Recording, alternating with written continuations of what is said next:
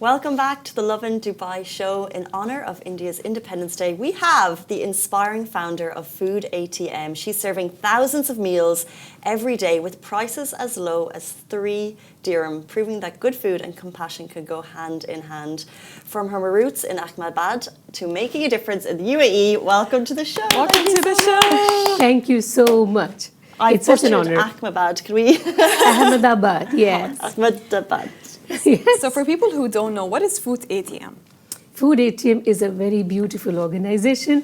Now, alhamdulillah, based in almost all Emirates, 6 Emirates currently, serving affordable foods to all those who have small pockets. But yes, hunger strikes everybody. So everybody needs to eat good. Aisha, tell us about your story. When did you arrive in the UAE?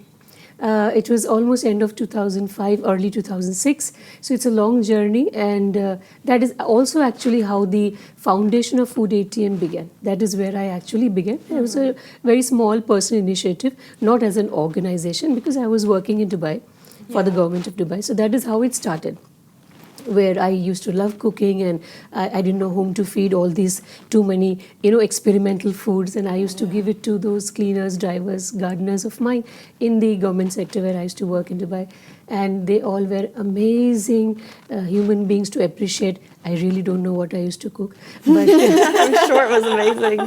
But they were so kind. They always used to say good about me and my recipes. Then later I realized 2-3 months down the line that I was playing a role in their lives, and these free foods from my side was saving around 60 meals for each individual in a month. And that amount used to go home to respective countries, India, Pakistan, Bangladesh, Sri Lanka, some of the Arab nations, and that touched me deep in my heart that I wasn't doing it for them. I was just experimenting, different recipes because I loved cooking. And I wanted a stress buster. Then I decided that let me try what is a proper meal. Let me cook a proper meal for an individual who's working really hard, much harder than me. I was sitting in cozy AC offices. They were on the streets. That's where I started learning what is a meal and then cooking proper meals for them, which I did for 12 years while inside the government sector. And after that, I got the courage to start an organization. 12 years in your kitchen, cooking proper meals. What was that process like? You get home from work and you start cooking, you're doing it on the weekends? Everybody has a different, something where you feel a stress buster. Like somebody likes to listen to music, somebody would like to dance. I love to cook. And not because I knew how to cook. I didn't know how to cook.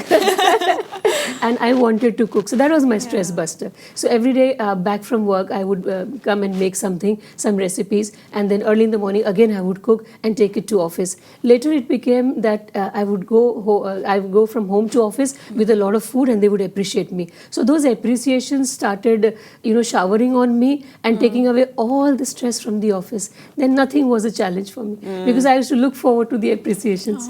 That is how it began. So what inspired you to expand it even more, the Food-ATM? Was there a specific memorable story or someone that was heavily dependent on you? When I started off, after 12 years of doing this as an experimental thing on many of my cleaners and drivers, I started having a bond with them. They would come and talk to me about how they achieved, like somebody have been able to pay an EMI back home. Somebody could buy a school bag for their children, a bicycle for his daughter. So they started connecting with me as if I'm a family member. I'm their own sister. They would talk to me. So that all started changing me as a human being somewhere within. When I completed 12 years of doing this, I became so confident. I walked up to the economic department. By then, I was working with the government municipality. So I said, let's make a food center where many Aishas can come and keep food and let anybody take the food because we have a career and we will be able to help the society. They said, nice, very good idea, but you can't do it like this because if something goes wrong, which Aisha to catch? Yeah, it's food after all. It could have contamination, it could have any issues. So if you want to do something like this, then you should have your own kitchen. Yeah. Otherwise, we can't let you do this. And that is where a complete IT professional had to become a complete cook or a food industry professional. I put in all whatever I had resources, made a Food-ATM, one kitchen. Of course, we began in Ajman. Then we expanded to Sharjah, then Abu Dhabi, Dubai, Ras Al Khaimah, Al Quwain, and now it's Fujairah in the making. So all immigrants, see, the very simple fact is when somebody is lower income and they know that food is available and affordable in Ajman, they would not travel from Abu Dhabi to Ajman just for Yeah. that. So when they can't come to us, it's our duty to go to them. So where are you located in Dubai? How many meals are you making there daily? Dubai is a very beautiful story. Dubai is Muhassana 3 and we did not know that we are neighbors to Dubai Taxi. We work in Dubai from 3 a.m. to 11 in the night and thousands of meals because Dubai Taxi alone is 18,000 people. And when we open the doors, there is free tea. At all food ATMs, there is free tea. When we opened the doors, it was so heartening to see so many taxis and taxi drivers coming. There's free tea happening and they were all so happy. As if, we were a godsend reply to their prayers. In fact, they are a godsend reply to us because it's blessings from 3 a.m. every day in Dubai. Aisha, so amazing. Thank you. So amazing. So what is your day in a life like now? It's like managing both a business with multiple locations and both the humanitarian side as well. See, as I was telling you, Dubai starts at 3 in the morning and ends by 11. And all the other Emirates would be like 4 a.m., 5 a.m., 6 a.m. So every 1 hour, one of the food ATM kitchen is opening. And of course, the morning begins with a phone call. And now I tell my boys, say something good in the morning, please. Not like, ma'am, there's no gas, there's water problem, there is turmeric, there's not the garam masala, not there, rice is a problem. So I said, sometimes say something good in the mornings because my day starts with only your problems. But yes, that is how it is. Wow. You mentioned some kind of turmeric not available, water not running. What kind of are the biggest challenges you've seen as you've expanded?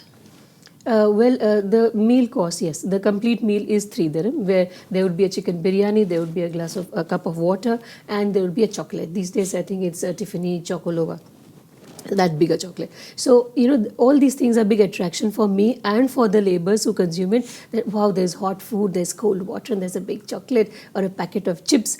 So, having this model, like there is a meal, there's water so that they don't have to spend for the water. There's a small snack they put into the pocket because between meals when they feel hungry, that small snack helps them wherever they are traveling or they're working on site.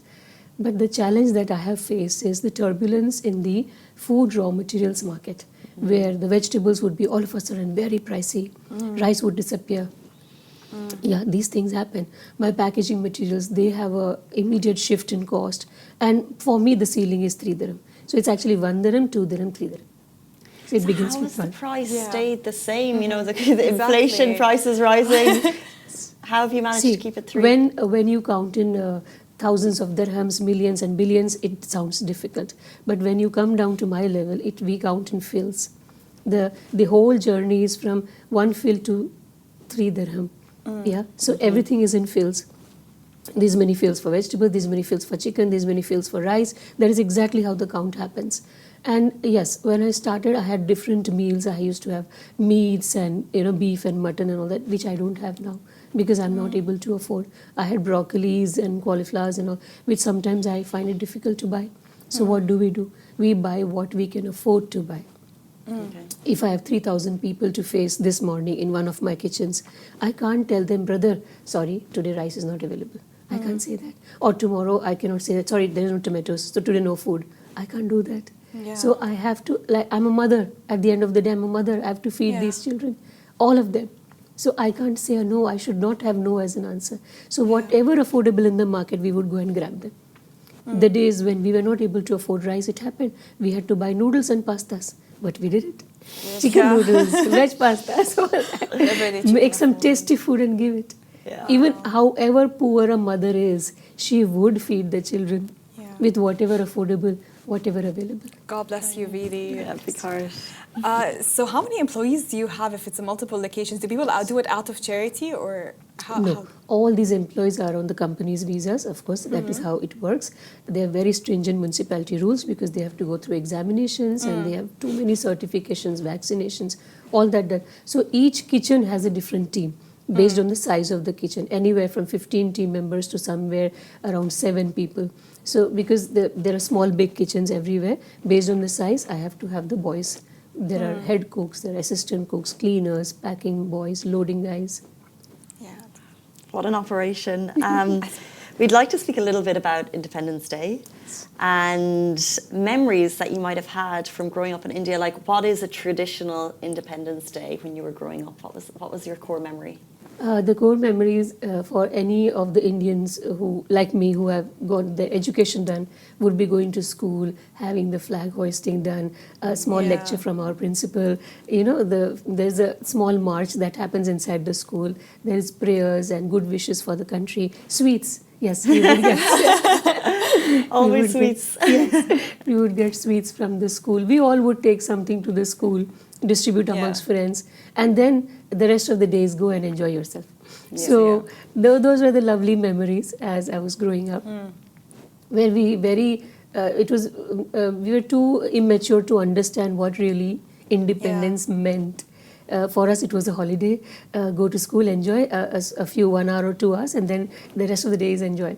But as I started growing up, I started realizing how precious independence is to any human being, any part of the world, where you have the freedom of being you, which I learned in India, and I experienced max in UAE, where UAE permitted us, all nationals, they accept us, they respect us for whom we are, Exactly. and let us do what we want to do. Yeah. Food-ATM is the only organization in the whole world who does what we're doing, stagnant food prices, because the audience has stagnant income. No, not everybody in the corporate world receives an increment every year. No, it doesn't happen. Sometimes we don't get an increment in the corporate world. So think about those who are not much educated. They don't have much skills like us. They are working on the streets. They don't have increments so very frequently, but the food cost is increasing so frequently, almost every quarter. So UAE allowed me to actually live an independent life and do what I really wanted to, because I have lived poverty, I have lived hunger myself. So I know what it feels like when you're hungry and you don't have money to buy food. So I wanted to have an organization which would have stagnant food cost. Now it is the 7th year, 7 years without a change. So this is independence for me, where you can be you can do what you wanted always to do. Very well said, really. And how are you planning on celebrating it today here in the UAE? My journey in UAE has been very beautiful and very, very emotional, because this country is home to me and millions like me. Away from home, away from India, I don't feel that I'm out of place or I'm not welcome, or this is not my country. No, this is home to me, and this is everything I have today. So when it comes to celebrating an Indian Independence Day today, I definitely, sweets remain the part from my childhood to today, yes. Instead of one chocolate today, everybody's getting 2 chocolates at all food ATMs. So that is one way. We have very small ways and small resources, but yeah, we try to do the max. So there is multiple chocolates today, double the sweets, and lots of good wishes to everyone who comes to our doorstep today, that value what God has given you. Your independence, none of you are, tagged under somebody that you can't express yourself. You want to do good, do it. You want to, buy something for someone, do it. You are not a bonded labor. You have, even if you are a labor here, you have the privilege to be independent, to express your whatever good wishes. Do it. That is a very precious feeling, to be independent. I agree. You mentioned sweets. What are the best sweets that I should be eating today to celebrate India? I need to know. All the Indian sweets are best. Don't think about calories today, and just enjoy your Indian sweets. Okay. You can go to any of the outlets today. I think everybody is celebrating. Yeah, everyone's celebrating. Yeah. They're all having amazing sweets today. So don't think it's your cheat day today. Every day is cheat day. Before you leave us, this is obviously a home away from home for so many Indians. Would you have a message for people who are celebrating here, maybe for the first time, celebrating Indian Independence Day in the UAE? To all my Indian brothers and sisters, you are actually at home. UAE is home to you, me, and millions of us. Enjoy your Independence Day. Enjoy the independence that you have, and celebrate both the nations, India and UAE, because you're blessed. So well said. Thank you so much for coming in today, Aisha. I really Thank you. appreciate Thank you, it. my dear. Thank you so much. Thank you. you. Thank you, Masa. Thank you, Casey. What a beautiful and inspiring way to end the show, the Lovin Dubai show this week. We're back with you every single weekday morning, same time, same place. We'll see you then. Have a beautiful weekend. Bye-bye.